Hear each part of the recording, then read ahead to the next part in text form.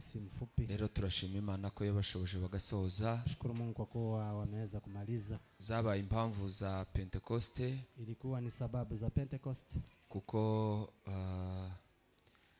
umuyobozi w'ishuri ryabo, iryo shuri uri kuriye atuye mu gihugu ca Canada. Kiongozi wa shule yao anaishi nchi ya Canada. Ategura graduation ahantu hatandukanye mu bihugu. Anaandaa graduation kwa nchi mbalimbali. Iyo ushize ubwo nanje nashoje ico ciciro, na wakati nami nimeweza kuhitimu, twayikoreye Rongai. Sisi tumefanyia Rongai. Iyi rero bayikoreye Mombasa. Sasa wamefanyia Mombasa. Abansabaga ko nanje nshobora kujana nabo. Ingelipasa nami niwe pamoja na wao. Ariko ntibyakunda kubera materaniro y'ejo twari dufite. Lakini haikuwezekana kwa sababu ya ibada ya jana hapo. Turashima Imana yabanye nabo. Shukuru Mungu aliyekuwa pamoja nao. Bumenyi burakenewe muri iki gihe cyane. Ujuzi unatakikana katika elimu. Turabashimira nabo kubw'umwete bashizemo. Tunawashukuru pia kwa bidii ambayo wameweza kuweka. Barikiwe sana. Mani wa umugisha. Reka dusome ijambo ry'Imana. Acha tusome neno la Mungu. Sokrate n'ubundi usomaze kudufasha. Ndugu atakuja kutusaidia kusoma. Rasoma gitabo cy'ibyakozwe n'intumwa. Tasoma katika Matendo ya Mitume. Gice ni cya 2. Sura yake ya 2.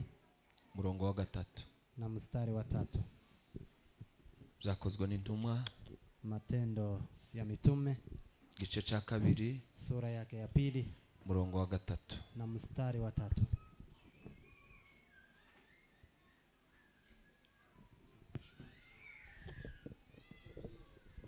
Kadusome mu izina rya Yesu abahageze. Byakozwe n'intumwa igice ca 2 murongo wa 3. Bibiliya iravuze iti haboneka indimi zigabanyije zisa n'umuriro, ururimi ruja ku muntu wese wo muri bo. Amen. Amen. Nanone ubutumwa bwiza bwa Luka. Injili kama ilivyoandikwa na Luka. Gice cha 3. Sura yake ya 3. Murongo wa 20 na rimwe n'uwa 22. 21 bwiza bwa Yesu Kristo bwanditswe na Luka. Injili kama ilivyoandikwa na Luka. 21:3. 20. Haravuze ngo nuko abantu bose babatijwe na Yesu amaze kubatizwa, agisenga ijuru rirakinguka, umwuka wera amumanukira afite ishusho y'umubiri usa n'inuma, ijwi rivugira mu ijuru riti ni wowe mwana wanje nkunda nkakwishimira. Amen. Tuvuge ngo amen. Amen. Bandi baho umugisha ni mukomeza iyo ritime biraza kumfasha ho nanje. Mungu awabariki sana, tuendelee kwa mtindo huo. Ejo abo twabanye ku mugoroba, wale ambao tumekuwa nao jana jioni, twaganiriye hejuru y'umwuka wera.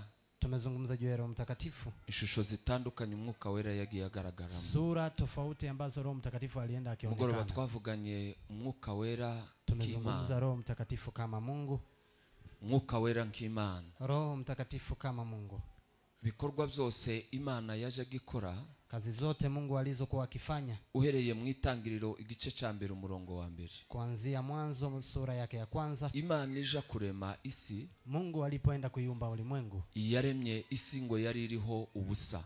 Ulimwengu ulikuwa bure, hakuna kitu. Ariko umwuka w'Imana ngo yagendagendaga hejuru yayo. Lakini Roho wa Mungu alikuwa anatembea juu yake. Twavuze mu rugero rusobanutse. Tumesema mfano ambao unaeleweka. Vuga ko uburyo bw'ubutatu bw'Imana. Tukasema juu ya utatu wa Mungu. Imana Data, Mungu Baba, Imana Umwana, Mungu Mwana, ni Imana Umwuka Wera. pamoja na Mungu Roho Mtakatifu. Muri ubwo butatu, katika huo utatu wa Mungu, ntiwamenya kubitandukanya. Huwezi jua kutofautisha. Ntabwo wavuga Imana usize Mwuka. Huwezi sema Mungu ukiacha Roho Mtakatifu. Ntiwanabwiriza Mwuka Wera ngo usige Yesu. Na huwezi kuhubiri Roho Mtakatifu muache Yesu. Ntiwanavuga Mwuka usize Imana. Na huwezi kumsema Roho bila kuacha Mungu. Ejo twasobanuye Imana. Tumeweza kumzungumzia Mungu. Mwuka Wera nk'Imana. Roho Mtakatifu kama Mungu. Haleluya. Haleluya. Ejo nanone twongera kuvuga kandi. Jana pia tumeweza kuzungumza Mwuka Wera nk'umuntu. Roho Mtakatifu kama mtu. uburyo agaragara mu shusho y'umuntu. vile anadhihirika kama mtu. Abantu hari ibyo tubona dukora, Watu kuna vitu ambazo tunaona tukifanya, hari ibyo twitegereza mu materaniro n'ahandi, kuna vitu ambazo tunaangalia kwenye kusanyiko na mahali pengine, bikaja kuba byohamya cyane ku Mwuka Wera araho. na inaenda kuhakikisha kuwa maybe Roho Mtakatifu yu mahali Hari hapo. ibikorwa dushobora gukora, Kuna kazi tunaweza ndetse tukazifanya, bimwe bisa n'ibi twarimo na dukora, hata mojawapo inafanana na haya tulikuwa bikaja tunafanya kuba hapa, ariyo shusho tworebera mu na Mwuka. ikawa hiyo ndio sura tunamtazamia Roho Mtakatifu. Twavuze ku Mwuka Wera atari umwuka nk'umuyaga, Tumesema Roho Mtakatifu si kama upepo, ariko kandi ni umuntu, bali ni mtu, agaragara nk'umuntu. anadhihirika kama mtu. Ishusho zimwe na zimwe twavuze agaragaramo nk'umuntu, Sura mojawapo tulizosema anadhihirika kama twavuze mtu. kwaza yigisha. Tumesema anafunza, ni Iyo mkufunzi. yigisha, Akifunza abahagaze mu mwanya w'umuntu. amesimama kwa nafasi ya binadamu. Iyo tumucukuriye nk'aho atari umuntu, Tusipomchukulia kama si mtu, ntabwo twakwicarana nawe ngo twige, hatuwezi keti pamoja naye na ntabwo tusome, twaje inama nawe tumufashe nk'umuyaga, hatuwezi kaa na yeye tushauriane nanone tukimchukulia hari kama uburyo upepo, tumufata nk'imbaraga na gusa. tukimchukulia kama nguvu pekee. Amen. Iyo umuyaga uhushe, Upepo ukivuma, urashobora kugurutsa gisenge cy'inzu kikagenda, unaweza ukabeba dari ya nyumba na ariko kwenda, ntiwabona aho uturutse, lakini huwezi kuona izo umetoka mbaraga wapi, ntiwazibona. huwezi ona imetoka wapi. Umwuka Wera atandukanye nuko Roho Mtakatifu sasa ni tofauti na upepo. ni umuntu, Ni mtu, mushobora kwicara mukaganira, naweza kukaa naye mzungumze mukaja inama, na kuketi akaguha mshauriane, ibitekerezo, anakupa mawazo ukabyakira, na unaweza kuchukulia ukabigenderaho. na Kandi unaongozwa ibitekerezo za Mwuka Wera, na mafikra, mawazo ya ubujyanama Mtakatifu. Mwuka Wera azatanga ku bantu. Shauri anazopeana Roho Mtakatifu Haleluya. Ni ubujyanama bw'Imana. ni ushauri wa Mungu, wa kimungu. Yesu mu itangira rye, Yesu kwa mwanzo wa ubutumwa ministry bwiza yake, bwa Yohana, katika Injili ilivyoandikwa na Yohana, iyo basobanura izina Emmanuel, wakielezea jina Emmanuel, bavuga ngo Imana iri kumwe nawe, wanasema Mungu pamoja na binadamu, kubana natwe. kukaa pamoja nasi. Haleluya. Ni umuturanyi, Yeye ni mjirani. ariko mureke dukomere Mwuka Wera. Acha tumshangilie Roho Mtakatifu kwa makofi mengi.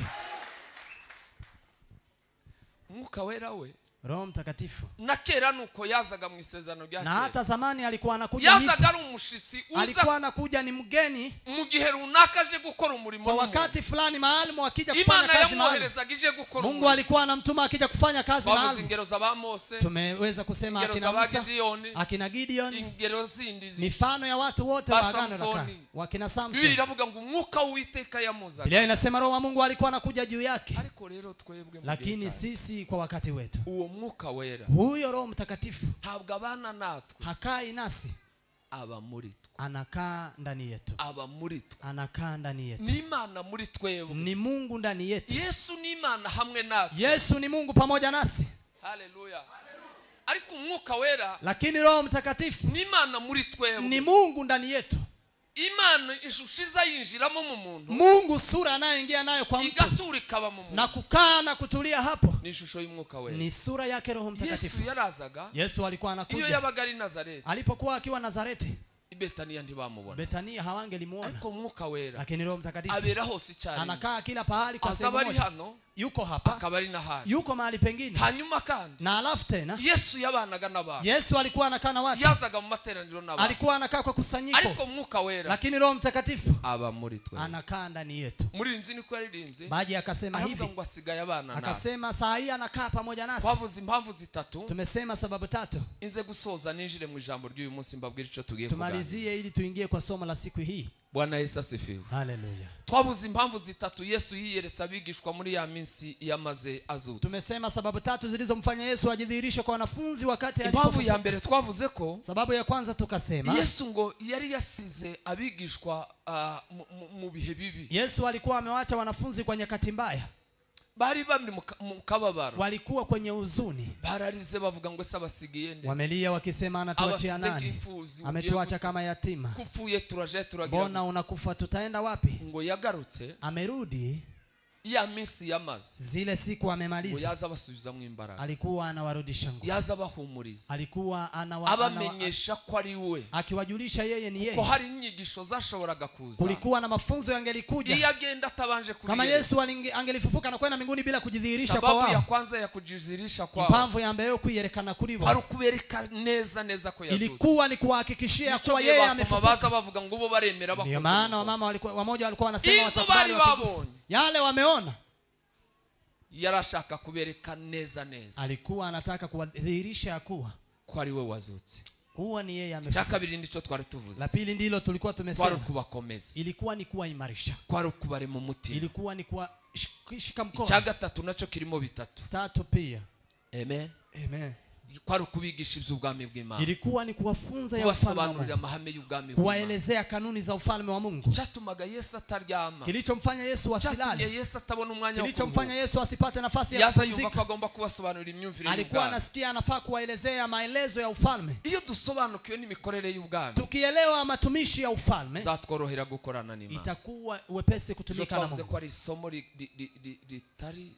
ritazwi cyane. Tumesema ni somo ambalo halijulikani sana, somo la ufalme wa Mungu. Umwami atandukanye n'abaperezida, Mfalme ni tofauti na rais, abasobanurira iby'ubwami bw'Imana. akawaelezea mambo ya ufalme wa Mungu. Icya kabiri, Jambo la pili, abaha isezerano. akawapa agano. Icya gatatu, Tatu, abasigira umurimo. akawaatia kazi, Arababwira ngo ibi narindimo nko, akawaambia haya nilikuwa aha nikifanya, naringejeje nko, hapa nilikuwa nimeachia na hariho nikifanya, muzohera, hapa ndiko mtaanzia. ariko arababwira ngo mbere yuko muzatangira gukora, Lakini akawaambia mbele muanze kuanza kazi, kugira ngo muzinjire muri uyu murimo, ili mkaingie kazini kugira ngo humo, muzashobore ibingi, ili mkaweze haya niliyowaatia kufanya. mubanze mutegereze mwuka wera. Ngojeni kwanza Roho Mtakatifu. Mwuka wera naza muri, Roho akija ndani yenu azabashoboza, atawawezesha. amen. Amen. Uyu munsi rero Siku ya leo sasa turaganira izindi nshusho mwuka wera yagaragaye. tutaweza kuzungumza sura zipi zingine Roho amejidhihirisha, izindi nshusho mwuka yiyambise, sura zingine ambazo Roho amejivika. Twavuze ko mwuka wera yabaye Imana, Tumesema Roho Mtakatifu amekuwa Mungu, mwuka wera yabaye umuntu. Roho Mtakatifu akawa mtu. Hari inshingano yagombaga kuzuza nk'umuntu, Kuna jukumu angelijaza hari kama mtu, n'ibyamuranze nk'umuntu. na kuna yale yaliyomdhihirisha kama Twavuze mtu. ko azababara, Tumesema anahuzunika akanezerwa, na anafurahi, yandi magambo agira kwa amarangamutima. maneno mengine anahisia. Niyo Paulo yandikiye Abaefeso, Ndio maana Paulo akawaandikia Waefeso arababwira ngo mwirinde ntimukababaze mwuka akasema, wera, mjihadhari msihuzunishe Roho Mtakatifu, ntimugateze mwuka wera gahinda, msimletee huzuni Roho wa ntimugatume Mungu, mwuka wera babara. msimfanye Roho ahuzunike. Imana nayo yari yabivuze mwitangiriro, Mungu alikuwa amesema kwenye mwanzo, ibwira abantu bitwaye nabi, akawaambia watu aravuga ngo walipojichukulia ese vibaya, mwuka wera azageza ryari akawaambia, kurushanwa je, Roho nawe? Mtakatifu atafikisha lini kuchoka Muzarushanwa nanyi? na mwuka wera mugeze Mtachoka ryari? pamoja na Roho mpaka lini? Iyo ni ishusho y'umuntu. Hiyo ni sura ya binadamu. Ishusho zibiri tugiye kuganira, Sura mbili ambazo nitugeza tutazungumza, zitatu kubw'impamvu z'umwanya, tukifikisha tatu kwa sababu cyangwa ya muda, tugarukire kuri zibiri. ama mbili ikiwa lazima. Amen. Amen. Mwuka wera indi shusho yagaragayemo. Roho Mtakatifu sura nyingine aliyodhihirika, Mwuka wera nk'umuriro. Roho Mtakatifu kama moto, Yagaragaye nk'umuriro. amejidhihirisha kama moto. Umuriro. Moto. Ariho hariya twasomye Na hapo ndipo mu tumesoma gitabo cy'ibyakozwe n'intumwa. katika Matendo ya Tugiye Mitume. kuganira mwuka wera nk'umuriro. Tazungumza Roho Mtakatifu kama Iyo moto. mwuka wera aje ari umuriro, Roho Mtakatifu akija kama iyo moto, yambaye ishusho y'umuriro, akivaa sura ya moto, abaje gukora iki? amekuja kufanya Twavuze nini? ngo iyo yambaye ishusho y'umuntu, Tumesema akivaa sura ya mtu, abaje kwigisha, anakuja kufunza, abaje kudutoza, anakuja kutuelimisha, abaje kuduha inama, anakuja kutushauri, abaje kudufasha. anakuja Zo kutusaidia. twavuze abagabo ngo bageze ku rwego, Tumesema waume ambao wamefika kiwango siku hizi, amen, ngo baza baramutsa mwuka wera iyo bazutse. humsalimu Roho Mtakatifu. Ngo iyo azutse azavuga ngo mwaramutse mwuka wera. Akiamuka anasema habari za asubuhi Roho Mwazutse Mtakatifu, neza mwuka umeamka vizuri Roho Iyo Mtakatifu. yaje gusenga mu materaniro, Akienda kushiriki cyangwa katika iyo agiye ibada gusohoka mu ama nzu, akienda kutoka nyumbani, azabaza mwuka ngo ese ndambara gute? anauliza Roho, na nitavaaje? Akavuga ngo umwuka nyobore mu buryo bwe. Akasema Roho aniongoze kwa njia zangu. Twavuze abantu benshi bogisha n'inama, Tumesema watu wengi ambao wanaweza n'abantu hari kuwashawishi, ibyo batobemera ko basohokana mu na bantu. kuna watu ambao wanaweza Ariko kuwaruhusu tekereza watoke. kugera ku rwego mwuka wera kubwira ngo, Lakini fikiria kiwango ya Roho Mtakatifu ubaza mwuka akwambia, wera ngo si uyu munsi biragenda, umwambie siku ya leo itakuwaje kugiye Roho? ahantu ndagenda. Mbona ninaenda pahali fulani, nitaendaje? Uyu munsi rero tugiye kuvuga ico mwuka wera azakora. Siku ya leo utasema Roho Mtakatifu vile anafanya Ubundi, akiwa moto. iyo mwuka wera aje mu mbaraga z'umuriro, Roho akija kama nguvu za moto. Bwana Yesu asifiwe. Igisobanuro cya mbere cy'umuriro Maelezo ya kwanza ya moto ni imbaraga. ni nguvu, Ni imbaraga. ni nguvu. Iyo aje nk'umuntu Akija kama mtu, abaje kuja inama, anakuja kushauriana. ariko iyo aje ari umuriro Lakini akija kama moto, abaje gutwika, anakuja kuchoma. bisobanura imbaraga. Maana yake nguvu. Uwo mwuka rero Roho hiyo muri izo mbaraga katika nguvu hizo aduheza imbaraga z'uburyo bune. anatupa nguvu za namna 4. twari tuvuze ngo ishusho umwuka wera azagaragara. Tulikuwa tumesema sura ambazo Roho Mtakatifu anajidhihirisha. Ishusho ya mbere tugiye kuganira. Sura ya kwanza tutazungumzia. Ni umwuka wera yaje ari umuriro. Ni wakati Roho Mtakatifu amekuja kama moto. Indimi z'umuriro. Kapatikana lugha za moto. Zigaragara kuri buri wese. Na zikapatikana kwa kila mmoja. Iyo umwuka yaje mu muriro. Roho akija kama moto. Bisobanura irya mbere. Maana yake ya kwanza. Imbaraga. Ni nguvu. Imbaraga. Nguvu. Umuntu wabisobanuye neza. Kuna mtu aliyeelezea vizuri. Aravuga ngo impano z'umwuka wera. Akasema karama za Roho. Ndaza kuvuga ni ibintu bibiri. Tasema vitu mbili. Ndavuga ishusho y'umuriro. Tasema sura ya moto. Tuvuge n'ishusho y'inuma. Tuseme na sura ya ua. Nibyo bintu bibiri tugiye kuganira. Ni hayo mambo mawili tutazungumzia. Umwuka wera iyo yambaye ishusho y'inuma. Roho Mtakatifu akiwa amejivika sura ya ua. Akiwa amekuja kwa sura ya ua. Abagaragaza iki? Anadhihirisha nini? Iyo yaje mu shusho y'umuriro. Akija kwa sura ya moto. Abagaragaza iki? Anadhihirisha nini? Biganisha ku magambo ane twavuze ejo. Ambayo inaelekea maneno manne tumezungumza jana. Abantu batamenya gutandukanya cyane. Ambayo watu hawajui kutofautisha. Iyo yaje mu mbaraga. Akija kwa nguvu. Ari wo muriro. Na ndiye moto. Bigaragaza impano z'umwuka. Inaonyesha karama za Roho Mtakatifu. Impano. Karama nizo zigaragara mu mbaraga. Ndizo udhihirika kwa nguvu. Imbuto nazo. Na matunda. Ariyo numa. Tunda ndiyo huwa. Zikagaragara mu shusho y'imbuto. Inaonekana sana kwa sura iyo yaje mu shusho y'inuma. Akija kwenye sura ya huwa. Agaragaza imbuto. Anadhihirika kama tunda. Iyo umwuka wera yabonye kibanza muri wewe. Roho Mtakatifu akiwa amepata nafasi ndani yako. Aingie kama huwa. Uzugira imbuto z'umwuka. Utakuwa na tunda za Roho. Iyo yinjiyemo mu mbaraga z'umuriro. Akiingia kwa nguvu za moto. Uzugira imbaraga z'umwuka. Utakuwa na nguvu za Roho. Ukakira impano z'umwuka. Na unapokea karama za Roho. Ikibazo rero. Tatizo. Giteza urujijo mu itorero. Ambacho kinaleta mchanganyiko kanisani. Na watu bashobora kwakira mwuka wera. Watu ambao wanaweza kupokea Roho Mtakatifu. Mu shusho y'imbaraga. Kwa sura ya nguvu. Amen. Amen. Bakakira imbaraga z'umwuka wera. Wanapokea nguvu za Roho Mtakatifu. Ikabahesha impano z'umwuka wera. Na inawapa karama za Roho. Ariko ugasanga position y'umwuka nk'inuma. Lakini unapata position ya Roho kama ua. Ugasanga ndaho bambaye imbaraga z'inuma. Unapata hakuna pahali wamevaa nguvu za Arizo zitera kwera imbuto z'umwuka. Ndizo zinaleta kuzaa matunda. Tware tuvuze ngo imbaraga duhabwa rero. Tulikuwa tunasema nguvu ambazo tunapewa. Iyo yaje muri wa mwanya. Akiwa amekuja kwa nafasi hiyo. Amen. Amen. Kawera w'Imana gaza tegeka. Kawera w'Imana gaza tegeka. Ahubwo none mubaye nkabazamuka naho ni mugoroba. Kawera w'Imana gaza tegeka. Kawera w'Imana gaza tegeka. Kawera w'Imana gaza tegeka. Kawera w'Imana gaza tegeka. Amen. Hallelujah.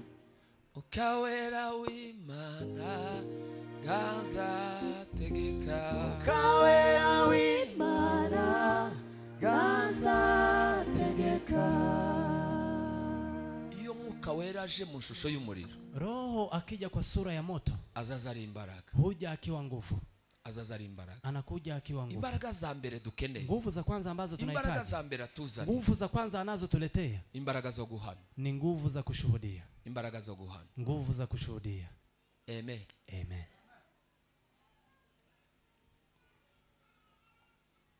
Byakozwe n'intumwa igice cya mbere umurongo w'8.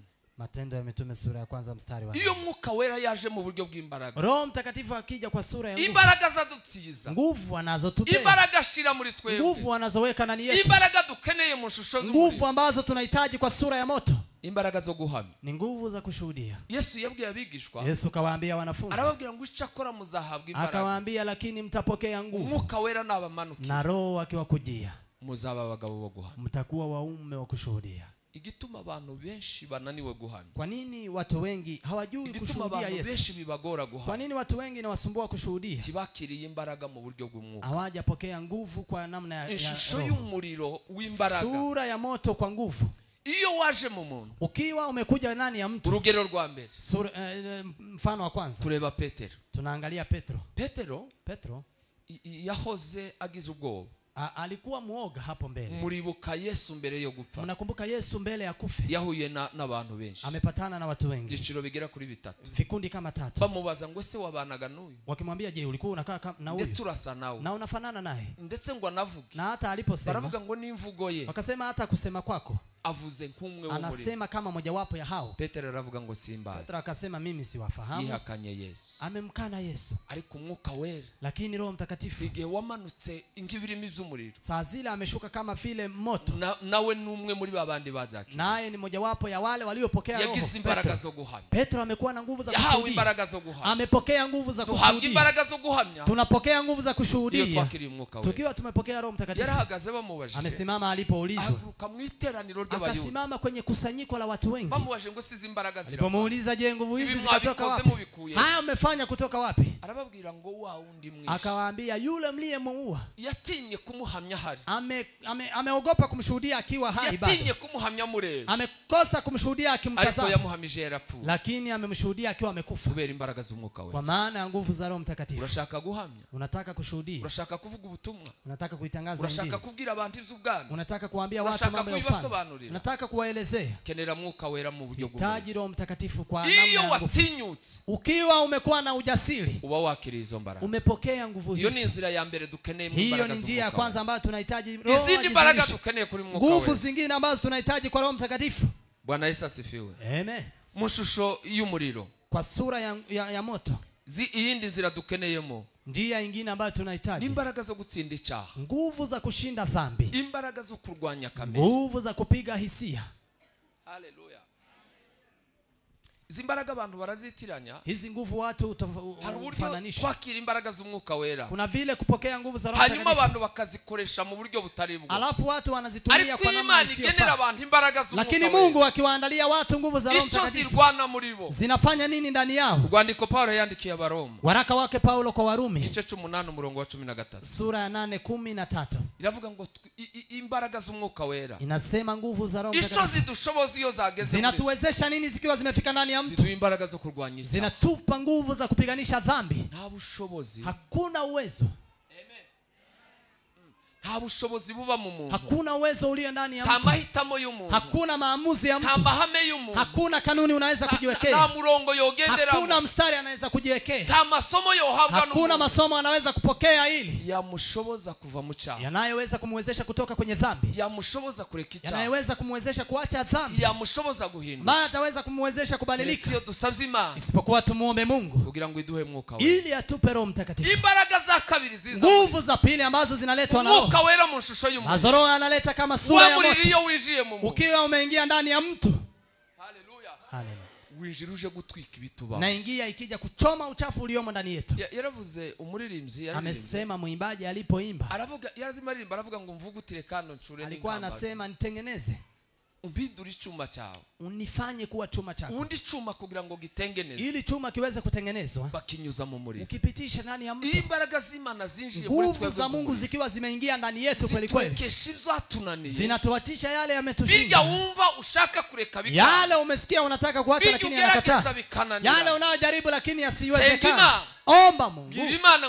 Kamwambie Mungu akupe nguvu za Roho Mtakatifu. Imbaraga ya kabiri za Mungu. Nguvu ya pili ambayo inakuja ndani ya mtu. Imbaraga ya kabiri Mwuka Wera. Nguvu ya pili inayekuja Mungu Roho anamwezesha mtu.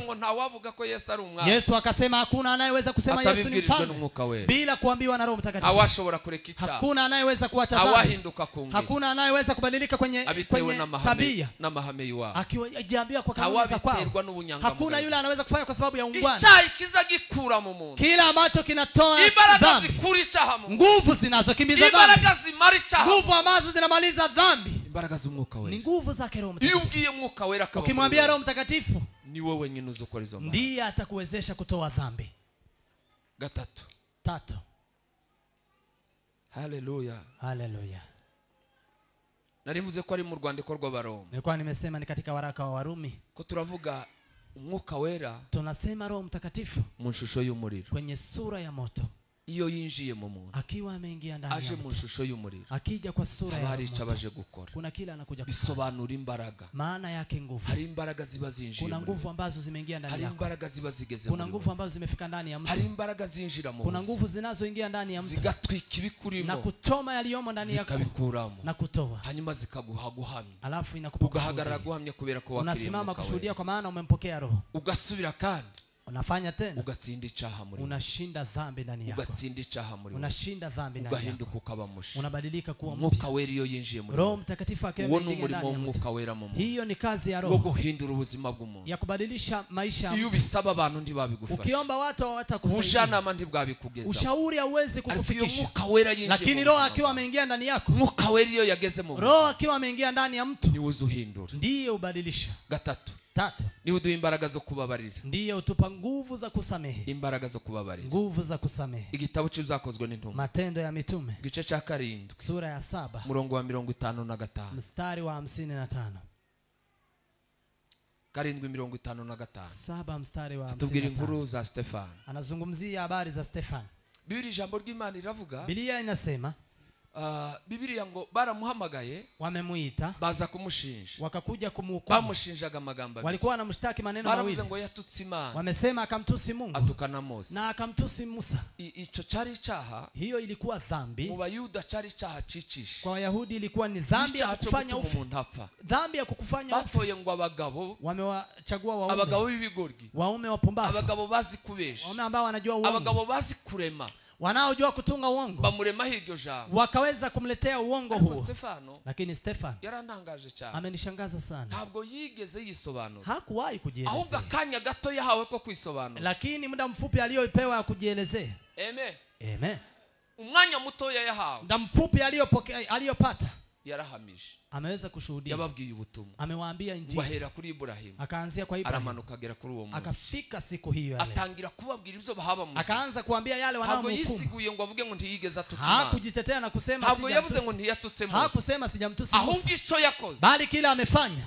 amen yabasobanuriye ubutumwa amewaelezea injili habari njema hanyuma ngo bituma barakara cyane na ikawafanya wawe na hasira baravuga ngo ibyo twamuzizaga no wakasema yale tulikuwa tunamhukumu ni ukweli yakomeje guhanya ameendelea kushuhudia hanyuma ngo baje kumutera amabuye walipoenda kumrushia mawe Biblia yavuze kuri uriya murongo Biblia inasema kwenye mstari huo tunasema Roho wa Mungu akakuja juu yake Roho wa Mungu akamwezesha kuwasamehe uriya hari ibintu tuzadutekereza kuna vitu ambazo tunafikiria tukabitekereza mu buryo bw'abantu na tunafikiria kwa namna ya watu tukabishira muri kamere mu na tunaweka kwa hisia ya mtu ukabona ko ico kintu kitana unaona jambo hilo haliwezekani kweli imbaraga z'umwuka wera lakini nguvu za Roho Mtakatifu zikija ndani yako umwuka wera yaje mu shusho akiwa amekuja kwa sura ya moto haleluya hari chazaza kudushoboza kuna kila anakuja kutuwezesha yarabasengeye amewaombea aravuga ngo datu bababari akasema baba akawasamehe datu bababari baba akawasamehe kuko batazi ico bakora kwa maana hawajui walitendalo turavuga umwuka wera tunasema Roho Mtakatifu umuriro kama moto ufite imbaraga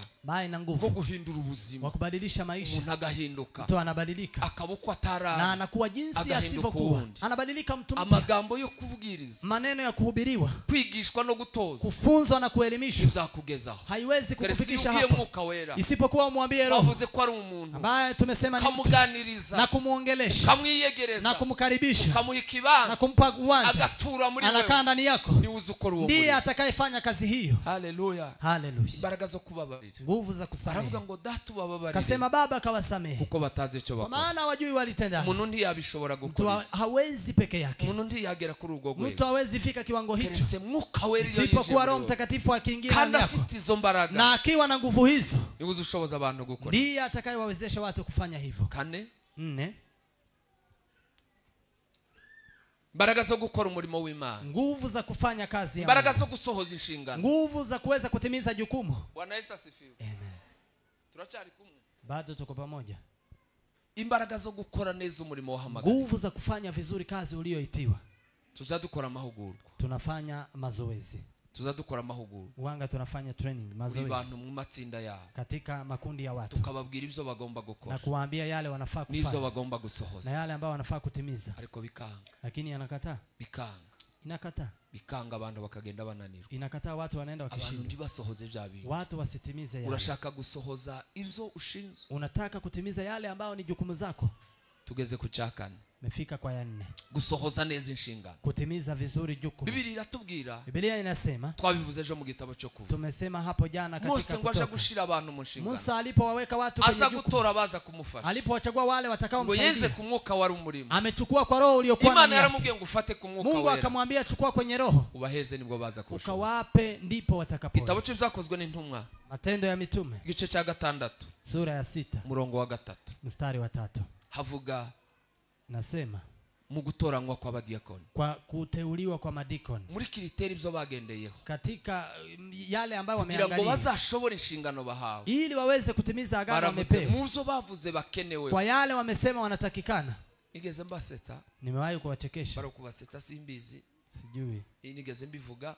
Nimewahi kusema. Nigeze kuba mu mahugurwa. N'umuntu n'ahantu barimo baheza abandi inshingano. Pale walikuwa wanapea watu jukumu.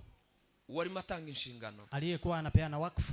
Mu bintu yavuze mojawapo bikenewe ku mudiakoni. Mojawapo ya vitu ambazo wamesema zinatakikana kwa mshemasi. Kuna yale sijakubaliana na yeye.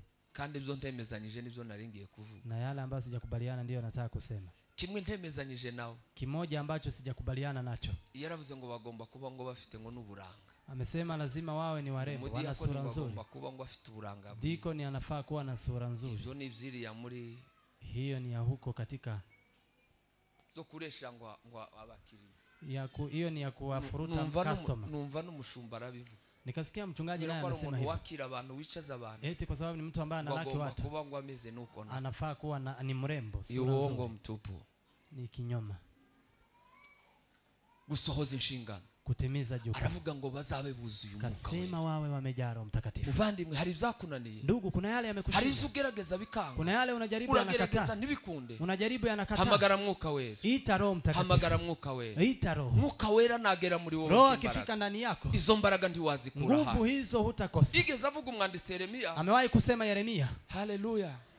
Aravuga ngo abana barashaka kuvuka. Akasema watoto wanataka kuzaliwa. Imbaraga zo kubabyara. Lakini nguvu za kuwazaa ngo nizo zibuze. Ndizo zimekosekana. Imbaraga zo kuzaa. Nguvu za kuzaa. Imbaraga zo gusoza inshingano. Nguvu za kutimiza wakfu. Igeze asenga Paulo. Amewahi kuomba Paulo. Aravuga ngo zangira ngo nkore ibyiza. Akasema ninataka kufanya mema. Bibi kanyitanga imbere. Lakini mabaya yanakuja mbele zangu. Ndabizi neza ko hari izo wagerageje. Najua kuna mengi umejaribu lakini akakataa. Kuna yale unasema kesho unafanya tena. Koreka nkubwira ibanga rimwe. Lakini wacha nikwambie si. Nenda uhererane mwuka wera. Nenda ukakae na Roho. Ubwire ngo mwuka wera. Kamwambie Roho. Mwuka w'imbaraga. Roho wa nguvu. Izi ntege nke ndazifite. Huu udhaifu ninao. Nishoboze hari. Kuja uniwezeshe.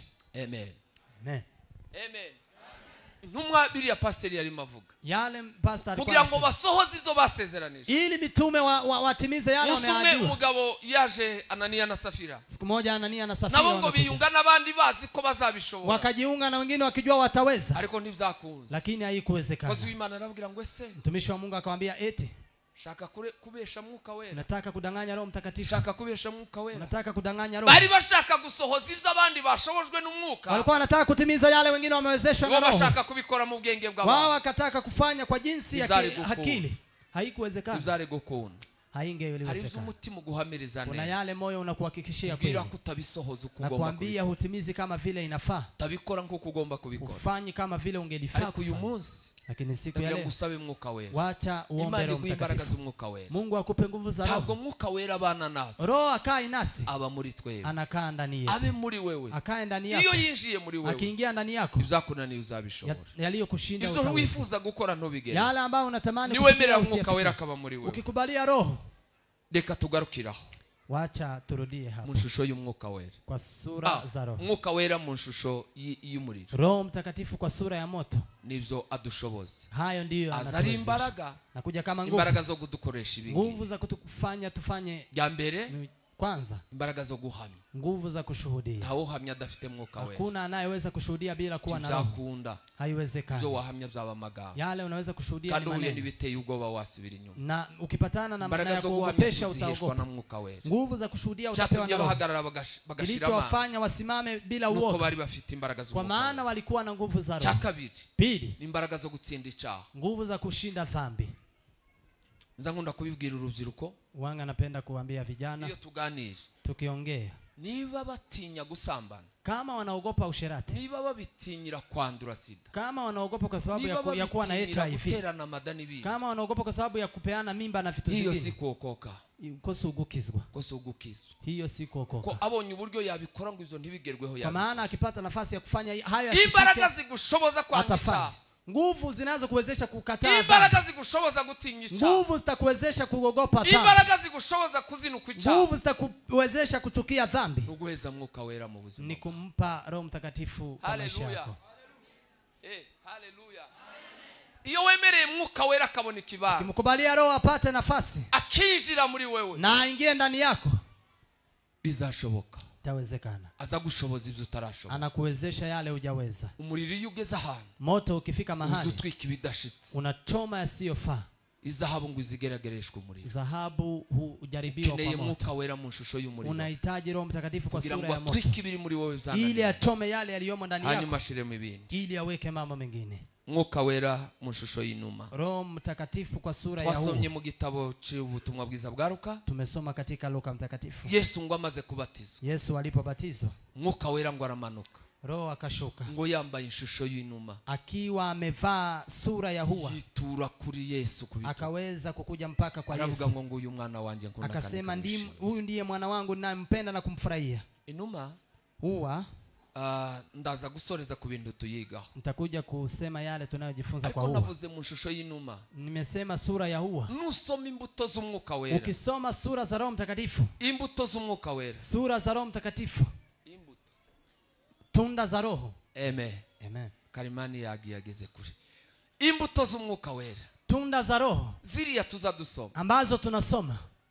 mu rwandiko rw'Abagalatia, katika Wagalatia igice cya 5 sura ya 5, zigaragaza imyitwarire, udhihirisha mwenendo, zigaragariza ishusho y'inuma, udhihirisha sura ya hua. iyo umwuka wera yinjiye mu buzima bwawe, Roho Mtakatifu akiwa ameingia ndani ya mtu, yambaye ishusho y'inuma, akiwa amevaa sura ya hua, ngibi bintu ajya akora muri wewe, ndiyo mambo ambayo yanafanya. Haleluya. Bintu biza biranga inuma bikeya, vitu ambazo udhihirisha hua. Icambere, kwanza, inuma ni imwe mu nyoni zigira ubugwaneza. Hua ni mojawapo ya ndege ambazo zinaungwana, zina upole. Upole. Nyoni tuje. Ni ndege ambayo ni pole kabisa. Iyo umwuka wera yinjiye muri wewe, Roho Mtakatifu akiingia ndani yako, akuremamwe imiterere, anakuletea maumbile yo gutuza, karakta ya kutulia, imiterere ituje, unakaa umetulia, azahindura imiterere, anabadilisha. Twavuze ko imbaraga z'umwuka wera, tumesema nguvu za Roho, impano z'umwuka wera, karama za Roho, iyo zije mu muntu, zikija ndani ya mtu, ziza ari imbaraga, zinakuja kama nguvu, zikora biriya tuvuze, ambazo zinafanya hayo tumesema. Hanyuma ishusho y'inuma yije mu muntu, alafu sura ya hua ikija ndani ya mtu, iza ku mpamvu zibiri, inakuja kwa sababu ya mbili. Imwe ni turimo tugeze, kwanza ni hii ambayo tunasema, nuguhindura imiterere, ni kubadilisha karakta. Unda gahinduka uko yarate, mtu anabadilika vile alivyokuwa, agatera ukundi, na anakaa vingine, umwuka akakugira uwundi, Roho anakubadilisha kuwa mwingine. Haleluya. Twari tuvuze ngo akaba umuntu utuje, tulikuwa tunasema anakuwa mpole. Inuma ngo igira ishusho y'ubutuzi, hua ana sura ya upole. Ya kabiri, inuma ni nyoni y'isuku. Pili, hua inakuwa na usafi. Ya gatatu, igira icyerekezo, ina mwelekeo. Donc aifomoreje, pahali imeelekea, igiye ibigiye, ikienda inaenda, ntabwo izifatafata, haiwezi kwenda huku na huku, sura imwe, ina sura moja, igira inzira imwe, ina njia moja. Iyo aho yerekeje ibigiye, pahali imeelekea imeenda kweli. Amen. Chakane 4, irangwa n'ubudahemuka, inaonekana kwa sababu ya kutosaliti,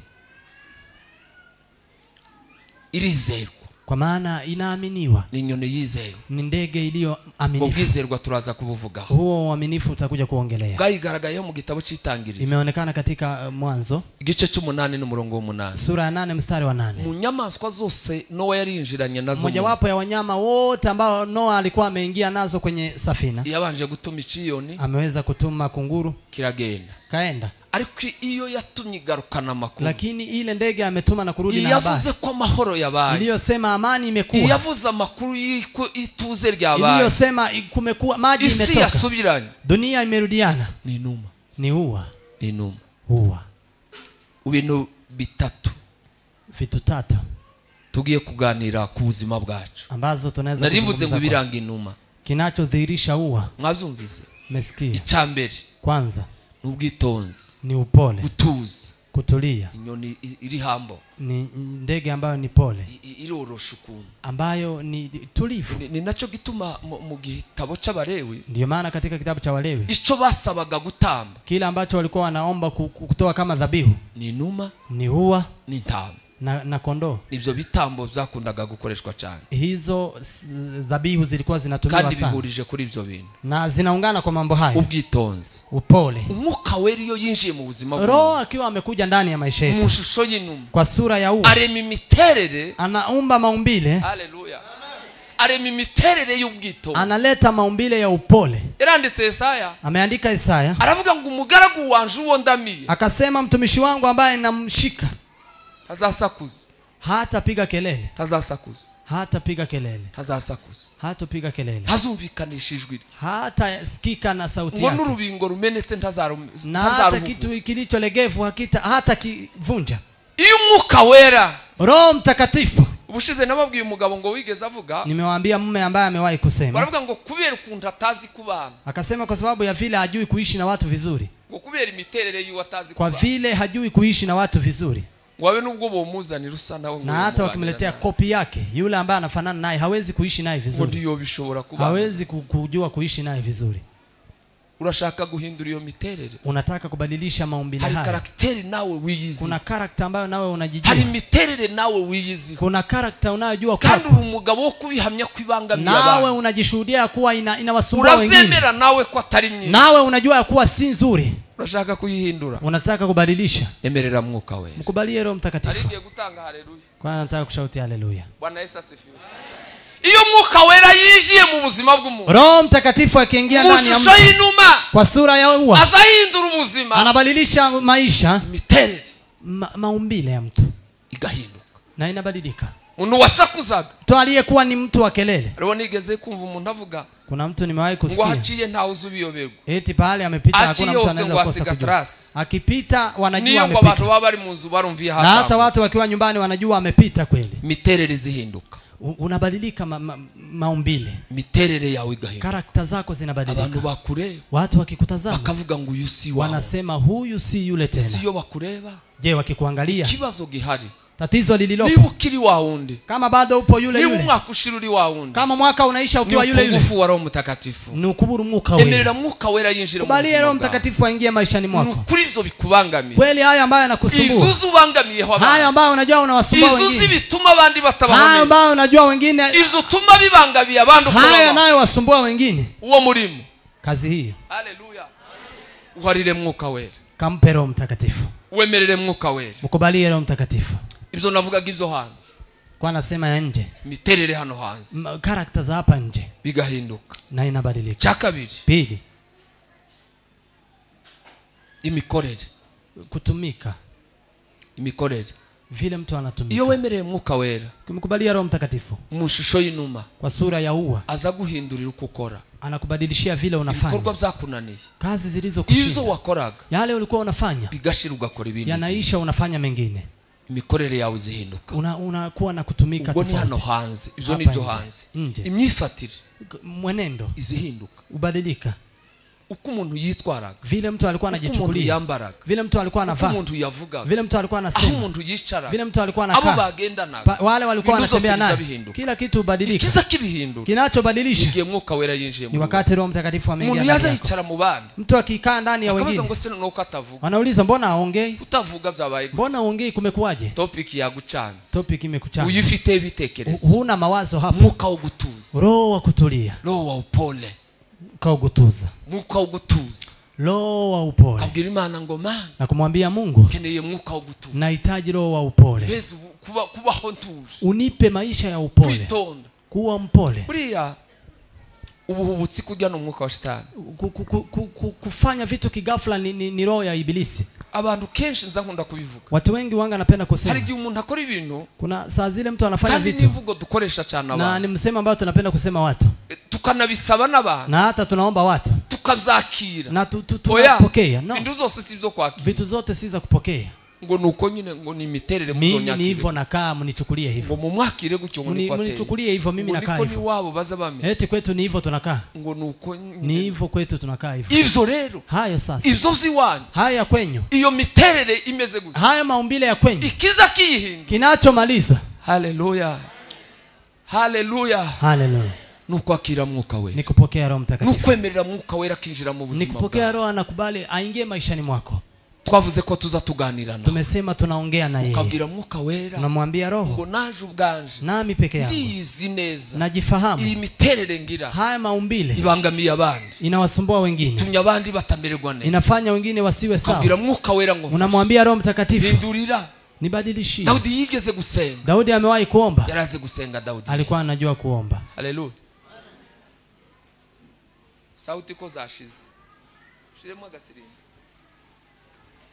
yigeze gusenga amewahi kuomba abwira Imana ngo Mana akaambia Mungu Mana ndemera undi mutima musha Mungu niumbie moyo mpya Daundi yazana hakuna mwingine anaweza kuleta icho yakora kile anafanya imiterere y'Imana maumbile ya Mungu y'umwuka yinjiye mu Roho akiingia ndani ya mtu azana imiterere y'Imana analeta vile Mungu anakaa na anaiweka ndani ya maisha yako ikabona kuja gusohoka hano na ndipo inatoka hapa nje sasa imerera mwuka wera ukubalie Roho Mtakatifu azaguha uburyo bwo gutuza atakupa jinsi ya kutulia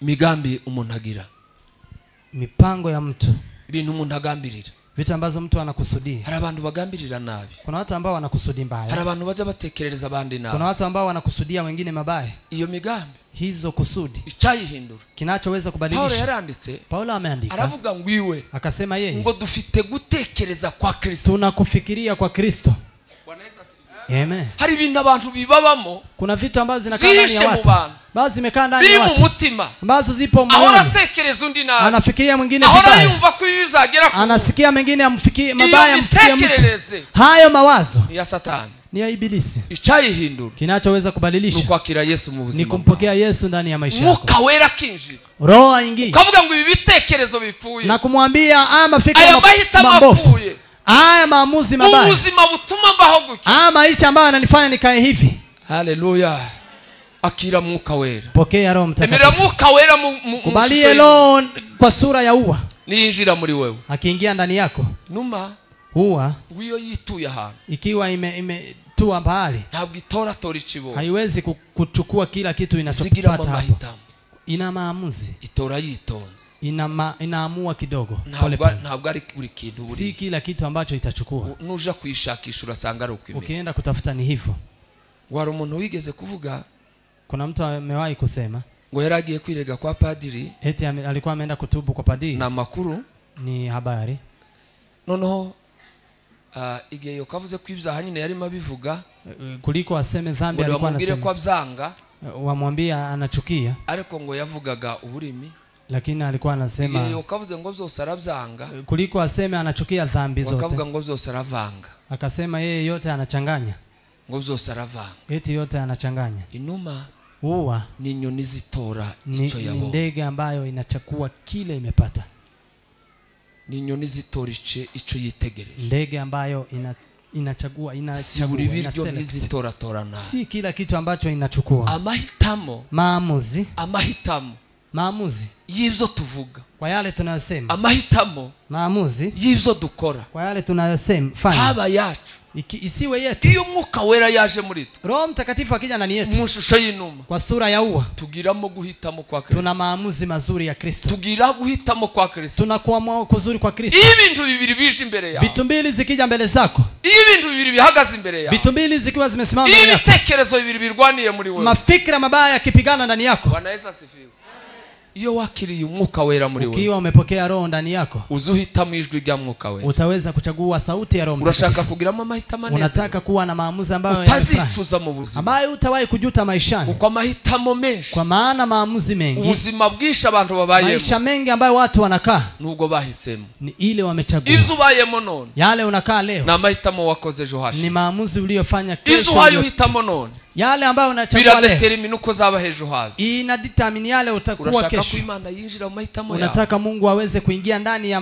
mzi yako. Emerera Mwuka Wera. Mkubalie Roho Mtakatifu. Kandi azavuga mu ijwi ryoroheje. Na anaongea akinongoneza. Uwundi arashobora kuzamuka. Anaweza kusema kwa sauti. Irindi jwi rirashobora kuza rirerere. Sauti nyingine inaweza kuwa likiwa ni ari kujwi rituje. Lakini sauti pole. Urashaka kugiramo amahitamo meza. Unataka kuwa na maamuzi mazuri. Emerera Mwuka Wera. Mkubalie Roho Mtakatifu. Naza muri wewe. Akija ndani yako. Naza muri wewe. Akija ndani yako. Azaguhitiramo neza. Atakuchagulia vizuri. Bizatumuhitamo neza. Takufanya uamue vizuri. Cha gatatu. Ya tatu. Ibyifuzo.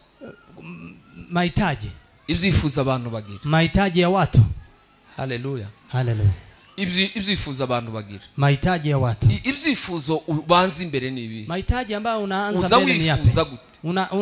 Unahitaji kuna tamaza mwili. Hari ibyifuzo by'umubiri. Umubiri hari ico wifuza. Mwili unatamaza. Hari ibyifuzo bizamuka kurusha ibindi. Kuna tamaa ambazo zinapanda kuliko mwili. Esi uja kwifuza kiza kibanza mbere niki? Je, ukienda kuwa na tamaa kinachoanza mbele ni kipi? Byifuzo ugira muri wewe. Hiyo tamaa unakuwa nayo ndani yako. Iraja kukwemeza ko Mwuka Wera aba muri wewe cyangwa itakuja kukuhakikishia kuwa Roho yumo ndani yako ama Allah. Haleluya. Haleluya. Ibyo abantu ndibabizi. Hayo watu hawajui. Ni bikubamo. Ni anayokaa ndani yako. Amahitamo na yawe. Maamuzi yako. Ibyifuzo ni ibyawe. Mahitaji ni yako. Ni ibintu biba mu muntu. Ni vitu ambazo zinakaa ndani yako. Iyo wemereye Mwuka Wera. Ukikubali Roho Mtakatifu. Akinjira mu buzima bwawe. Na aingie ndani ya maisha yako. Akabona ikibanza. Na apate uwanja. Azabikora byoroshe. Ufanya kwa wepesi. Ukagira gutekereza kwa Kristo. Unakufikiria kwa Kristo. Ukagira guhitamo kwa Kristo. Unakuamua kwa Kristo. Ukagira kwifuza kwa Kristo. Unakutamani kwa Kristo. Ibyifuzo bya Yesu ni bimwe. Mahitaji ya Yesu ni manne. Ni kimwe. Hitaji la Yesu ni moja. Biblia irabivuga neza. Biblia inasema vizuri. Wishaka ko abantu bose bakizwa bakamenya. Inataka watu wote waokoke wajue Mwokozi. Umutwaro ugira nuwu. Mzigo unao ni upi? Umutwaro uzukuremerera nuwu. Mzigo unao kusumbua ni upi? Ibikuraza kwijoro. Yanayo kusumbua ni yapi? Bidetermina. Yanaonyesha ikikubamo. Yanadhihirisha kinachokaa ndani yako. Mwuka Wera yinjiye muri wewe. Roho Mtakatifu akiwa ameingia ndani yako. Agira ibyo utekereza cyane. Kuna yale ambayo unafikiria sana. Afungenge bwawe uzutekereza. Anachukua akili yako kwa yale unayoyafikiria. Ibyo uzutindamo. Yale unakaa ndani. Ibigutwara umwanya ni yale ambayo anachukua muda wako ni yapi? Iyo wicaranye n'abandi. Ukiwa umekaa pamoja na wengine. Topic uzawumva ikunejeje. Topic ambayo inakufurahisha ni ipi? Ikiganiro uzawumva ugeze mu gatibuka. Maongezi ambayo unasikia kweli nimefika. Hicho. Ahantu uzugera kumva wananiwe kuhava. Pale ambapo unafika unasikia umekosa kutoka. Ahantu ufite inyota cyane yo kuyuta. Pale unaenda ukiwa na kiu ya kusikia. Uzawumva bavuga ukumva ufite imbaraga zo kuvuga. Ambacho unasikia wakiongea unasikia nguvu za kusema. Kigaragaza inadhihirisha urwego Mwuka Wera afite muri wewe. Kwa kiwango ambacho Roho Mtakatifu anakaa ndani yako. Ichifuzo kimwe cy'Imana. Anasema hitaji moja la Mungu. Ichifuzo Imana ihora. Hitaji la Mungu nuko abantu bakizwa. Ni watu waokoke. Nuko abantu bakizwa. Watu waokoke. Ishaka ko abantu bose bakizwa. Nataka watu wote waokoke. Bakamenya ukuri. Na kujua ukweli. Iyo ufite gutekereza kwa Kristo. Ukiwa na kufikiria kwa Kristo. Iyo Mwuka Wera yinjiye mu bitekerezo. Roho Mtakatifu akiwa ameingia ndani ya mafikira yako. Mitekerereze yawe akayihindura. Mafikira yako na kuyabadilisha. Utekereza nguko Kristo yatekereza. Unafikiria kama jinsi Kristo amefikiria. Ushize nari ndimo mbibwira abantu. Nilikuwa nawaambia watu. Twaza tuvugana n'aba twari kumwe mu masengesho. Wale tulikuwa nao kwa maombi. Ndimo ntekereza umugabo wanditse igitabo. Nilikuwa nikifikiria mume ambaye ameandika kitabu. Nari nagisabye Reverend agenda atakimbaye. Nilikuwa nimeomba Reverend akaenda bila kunipa. Mugabo bita Zakarias. Mume ambaye anaitwa Zakarias. Yanditse igitabo kivuga ngo kefere Jésus ya ma place. Ameandika kitabu ya kusema ni nini atafanya Yesu kwa nafasi yangu. Azarunda byinshi. Uwanga anaweka mingi. Ngo akakiburaho kiri narambwa kinshakire. Anakosa pahali. Yote kugisoma. Nipo na kiu ya kufa. Aravuga ngo se niki Yesu yari gukora muri nje. Nini Yesu angelifanya kwa nafasi yangu? Umwanya ugiye ico yarashaka kuvuga. Kila alikuwa anataka kumaanisha.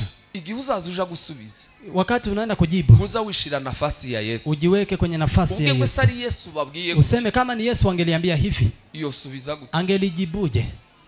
Ahantu bantumiye kuja kwicara no kuganira. Pahali wamenialika kwenda kuzungumza na kukaa. Yesu yo kwicara. Yesu anaweza kukaa hapo. Aba yari Yesu basuye. Ingelikuwa ni Yesu ametembelea. Ngono noko turavuga Mwuka Wera. Sasa tunasema Roho. Iyo yinjiye mu buzima bwawe. Akiwa ameingia ndani ya maisha yako. Kuko Yesu we yabanaga n'abantu. Kwa maana Yesu alikuwa anakaa na watu. Mwuka Wera aba muri twebwe. Lakini Roho anakaa ndani yetu. Amahitamo arahinduka. Maamuzi hubadilika. Mafikira hubadilika. Izifuzo birahinduka. Na hata tamaa zinabadilika. Ibintu zose by'ubuzima birahinduka. Kila kitu cha maisha kinabadilika. Iyo Yesu yinjiye muri. Yesu akiwa ameingia ndani ya mtu. Tugiye gusenga Imana. Tunaenda kuomba Mungu. Bwana Yesu asifiwe. Amen. Tugiye gusenga Imana. tunataka kuomba kugira ngo uhamagare mwuka we ili uite Roho Mtakatifu yinjire mu buzima bwawe, aingie ndani ya maisha yako. nta mahame, Hakuna kanuni, nta mahame umuntu yakwishirira, hakuna principle unaweza kujiwekea, kwandika ngo bishire ku murongo. Kuna vitu unaweza kuandika na kuweka kwenye line, bizagushoboze gusohoza ubushake bw'Imana, na kukusaidia kutimiza mapenzi ya Mungu. Mburagoye Kwa maana kazi baragerageje muri Israeli, yale walikuwa wamejaribu katika Israeli, amategeko yose bagendaga abantu, hizo sheria zote walikuwa wanaenda bageragezaga ngo bikuru, kile walikuwa wanajaribu wafanye, ariko zari zaranze, lakini ilikuwa imekataa. Ariko igisubizo kimwe gusa, lakini jibu moja tu, emerera mwuka wera, kubalia Roho Mtakatifu yinjire mu buzima bwawe, aingie ndani ya maisha yako. Yinjira mu buzima bwawe, akiingia ndani ya maisha yako azaguhindura byoroshe, atakubadilisha kwa wepesi, uzasanga warahindutse, utapata umebadilika, tekereza zizahinduka, mafikiri yatabadilika, abo watekerezaga nabi, wala ambao walikuwa unawafikiria vibaya uzatekereza neza, fikiria vizuri. Umutima wawe ni umuhamya, moyo wako ni shahidi. Niba hari utekereza nabi, kama kuna ile unafikiria vibaya, niba hari utekereza kitari cyiza, kama kuna kile unafikiria si kizuri, Mwuka wera taragira gufatira amahitamo, Roho hajafika pahali ya kuchukua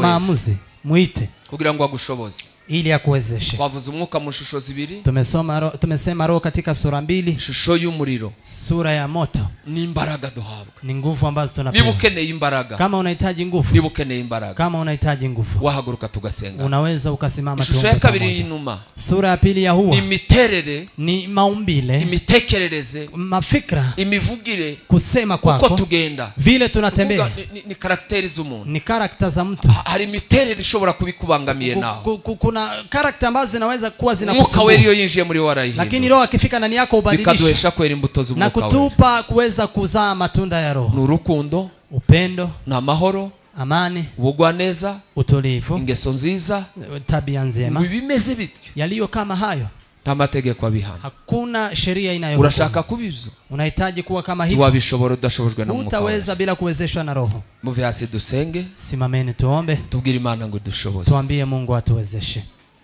Data mu izina rya Yesu, haleluya, urakiranuka Mana, wuzuye ubuntu n'imbabazi,